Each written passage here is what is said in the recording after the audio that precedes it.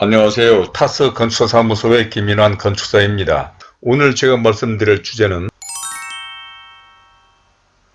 공사비, 대출 등 어려운 때 설계나 건축을 하는 것이 더 좋다 또는 어려운 때 건축하는 것이 더 좋은 이유에 관한 것입니다. 상가주택이나 임대형 기숙사, 꼬마빌딩 등을 지으시려는 건축주들과 상담을 하다 보면 다양한 사람들을 만나게 되는데, 이런 분들 가운데는 요즘 경기 상황이나 대출 조건, 공사비 상승 등 건축 상황이 좋지 않아 건축하려는 것을 망설이려는 분들과는 달리 오히려 이렇게 어려운 때 건축을 하는 것이 더 좋다는 사람들이 있어, 오늘은 이런 분들은 왜 그렇게 생각하는지 등에 대해서 다음과 같은 내용으로 설명을 드리고자 합니다. 물론 이런 말씀은 요즘과 같은 상황에서는 다소 생뚱맞을 수도 있고 자칫 오해를 살 수도 있다고 생각하지만, 오히려 이런 이야기가 참고가 될 수도 있지 않을까 생각하는데, 아무쪼록 상가주택이나 임대형 기숙사 등 수익형 건물을 지으시려거나 또 이러한 건물에 투자하시려는 분 또는 재테크와 부동산에 관심을 가신 분 등에게 참고가 되리라 생각하며, 먼저 본 영상을 보시기 전에 구독과 좋아요 그리고 선풀을 남겨주신다면 저에게도 큰 힘이 되어 이러한 영상을 만드는 데 도움이 될 것 같습니다. 그럼 먼저 오늘 말씀을 시작하기 전에, 혹시 지금 보유하고 계시거나 매입하고자 하시는 땅에 대한 기본계획, 즉 가설계를 해보시기를 원하시는 분이나 설계를 하시고 시공자를 선정하기 위하여 공사 견적을 받아보시기를 원하시는 분은 본 영상 아래에 있는 더보기에 적어둔 제 카페의 글을 보시고 설계상담 노트를 작성해서 이메일로 보내주시거나 설계된 도면을 이메일로 보내주시면 기본계획, 즉 가설계나 공사 견적을 해드리겠다는 말씀을 드리면서, 그럼 순서에 따라서 첫 번째로 요즘의 어려운 건축 환경과 분위기에 관한 것인데, 요즘은 물가는 치솟고 경기도 좋지 않으며 특히 건축 환경이 그 어느 때보다 좋지 않은 것 같습니다. 그러니까 요즘 아파트 매물 가격이 하향 조정이 돼도 거래가 성사되지도 않아 일부 지역을 제외하고는 아파트값 하락세가 가속화되는 데다, 임대 상황도 좋지 않은데 오히려 생필품 등 물가가 치솟는 데다 시멘트나 철근, 노후비 등의 상승으로 공사비도 오르는 분위기입니다.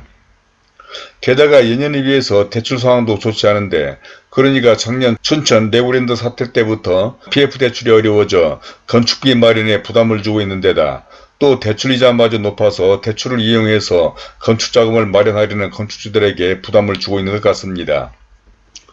그런데 이상과 같은 좋지 않은 건축 환경에다 또 현장에서는 건축 관련 행정상의 불리한 요인들도 있는데, 그것은 일조권 조항으로 일조권 영향을 받아야 하는 대지가 상당수인 건축주들이 10m 일조권 완화되는 시기와 또 임대형 기숙사를 건축하려는 사람들은 건축허가 시행 시기를 애타게 기다리며 건축을 망설이는 사람들도 많아 사실상 요즘 건축 현장 분위기는 상당히 침체된 상황으로, 최근 현장에는 특정 지역을 제외하고는 새롭게 건축을 시작하는 현장을 찾아보기가 어려울 정도입니다. 다음은 두 번째로 오히려 이런 때가 더 좋다는 건축주들이 있는데, 그런데도 오늘 소개하려는 건축주는 오히려 이런 때 건축을 하는 것이 여러모로 좋다고 하면서 건축을 서두르고 있어서 이분은 왜 그렇게 하려는 것인지 혹시라도 건축을 하려는 분들에게 참고가 되지 않을까 싶어 설명을 드리고자 합니다. 사실 이러한 분들은 많은 건축 경험을 가진 분들로 그동안 여러 상황을 겪어본 경험으로 볼 때 어떠한 상황도 항상 어렵기는 마찬가지라는 것입니다. 그러니까 경기나 임대 상황, 공사비, 대출 등 건축 환경이 좋을 때는 좋을 때대로, 또 요즘과 같이 모든 조건이 불리한 경우에는 불리한 때대로 여러 문제가 있기 마련인데, 사실 공사비 자금 확보만 그렇게 어렵지 않다면 오히려 요즘과 같이 건축 환경이 좋지 않은 것이 여러모로 장점이 될 수도 있다는 것입니다. 즉 임대 상황이나 대출 등 건축 환경이 좋을 때는 모두가 건축을 하려고 나서다 보니 공사업체 선정이나 공사 자재 확보 등에서 경쟁이 심해서 건축주의 입장을 관찰하기 어려운 데 반해, 요즘과 같이 건축 환경이 어려운 상황에서는 반대의 경우로 오히려 모든 점에서 선택의 폭이 넓어져 차라리 이런 때 건축을 하는 것이 좋다고 판단한다는 것인데, 어쩌면 이러한 분들은 공사비 확보가 가능하기 때문에 그렇게 할 수 있는지도 모르겠습니다. 그것은 대부분의 많은 건축주들이 대출 조건이나 대출 이자가 높아서 건축자금 확보에 어려움을 겪고 있는데, 이러한 분들과 같은 경우에는 건축자금 확보가 어렵지 않은 데다 높은 대출 이자도 공사 단계마다 단기간 사용하므로 그렇게 큰 문제가 아니지 않느냐는 것입니다. 다음은 세 번째로 선택의 폭이 넓어서 더 좋다라고 하는 것인데, 사실 이러한 모든 것은 각자의 상황에 따라 달라지기는 합니다. 그것은 역시 건축을 하는 데는 엄청난 자금과 노력이 소요되는 것으로, 그러기에 섣불리 판단하기란 쉽지가 않은데, 그러니까 할 수만 있다면 어쩌면 이런 때 오히려 더 좋은 경우가 될 수도 있기는 할 것입니다. 즉 요즘 현장 상황을 보면 공사업체는 일감이 마땅치 않아 불리한 조건이라도 공사 수주를 하려고 적극적으로 나서는 데다, 사실 인건비가 많이 오른다 하지만 철근이나 설비 등 일부 하도급 업체들도 인건비 상승만큼 공사비를 올리려는 데 주저하고 있으며, 또 요즘 시멘트나 철근값이 오르는 요인이 많지만 공급 물량에 비해서 수주 물량이 적어 가격 경쟁력도 있는 것 같고, 또 공사 물량이 많을 때보다 자재나 장비 확보에 있어서도 훨씬 유리한 것 같기 때문입니다. 결국 모든 면에 있어서 경쟁이 심하지 않다는 것은 공사비 면이나 자재나 장비 확보 측면에서 선택의 폭이 넓어지는 유리한 점이 있다는 것인데, 사실 이러한 것은 어려운 공사를 진행해야 하는 현장에서는 가벼운 문제가 아닙니다. 그러니까 공사 물량이 많을 때는 공사업체 선정에서도 그렇고, 또 철근이나 리모컨 확보 문제로 공사 진행이 얼마나 힘드는지 사실 이러한 것은 눈에 띄지 않지만 비용과 공사 진행에 막대한 영향을 주기 때문에 건축을 해본 사람들은 이러한 점들을 생각하지 않을 수가 없는 것입니다. 다음은 네 번째로 기다리면 오히려 더 손해다 라고 하는 것인데, 다음으로 이 부분이 이렇게 어려운 시기에 건축을 시작하려는 데는 기다릴수록 손해라는 생각 때문이라는 것입니다. 그러니까 요즘 대출을 받지 않은 땅이 없을 정도에서 이분도 땅에 상당한 대출금이 있어 무작정 기다린다면 계속 대출 이자를 감당해내야 하는 부담이 있는 데다, 할 수만 있다면 빨리 건축을 해서 완공된 건물에서 임대나 분양 등 수익을 창출해내는 것, 즉 하루라도 빨리 비어있는 땅을 활용하는 것이 그냥 공사비가 내리거나 모든 조건이 좋아질 때까지 기다리는 것보다 훨씬 나을 것이라는 판단 때문이라는 것입니다. 즉 비록 요즘 공사비 등 전반적으로 건축 환경이 좋은 것은 아니지만, 그렇다고 이러한 상황이 언제 호전된다고 장담할 수도 없고, 특히 그동안 살아온 경험으로 볼 때 한 번 오른 물가나 공사비가 내려본 적이 있느냐라는 것과, 세월이 갈수록 건축법을 비롯한 주차장법 등 건축 관련법은 더 강화되거나 새롭게 제약되는 규정은 늘어나고, 사람들의 의식 수준의 향상으로 주변으로부터 민원 또한 날로 증가되는 추세인데, 이러한 모든 것을 고려해 볼 때 건축을 하지 않아도 된다면 몰라도 이왕 건축할 계획을 가지고 있다면 하루라도 빨리 건축을 하는 것이 모든 점에서 훨씬 좋다고 생각하기 때문이라는 것입니다.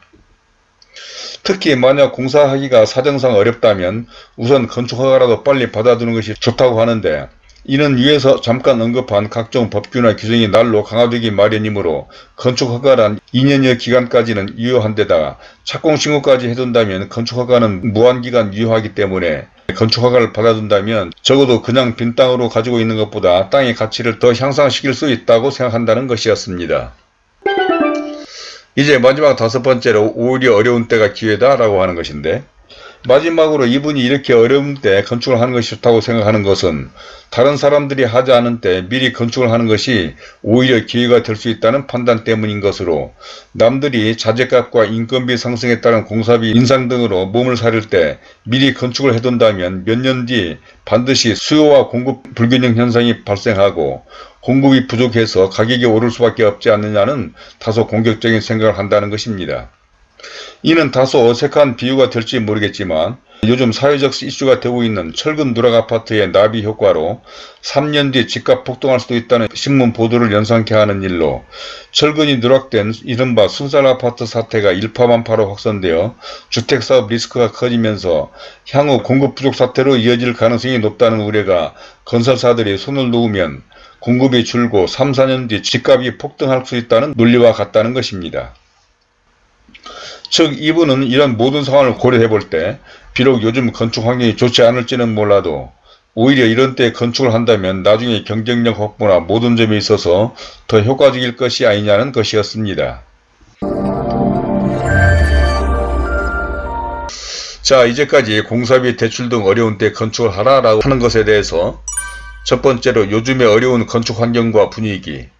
두 번째로 오히려 어려운 때가 더 좋다는 건축주, 세 번째로 선택의 폭이 넓어서 더 좋다? 또 네 번째로는 오히려 기다리면 오히려 더 손해다?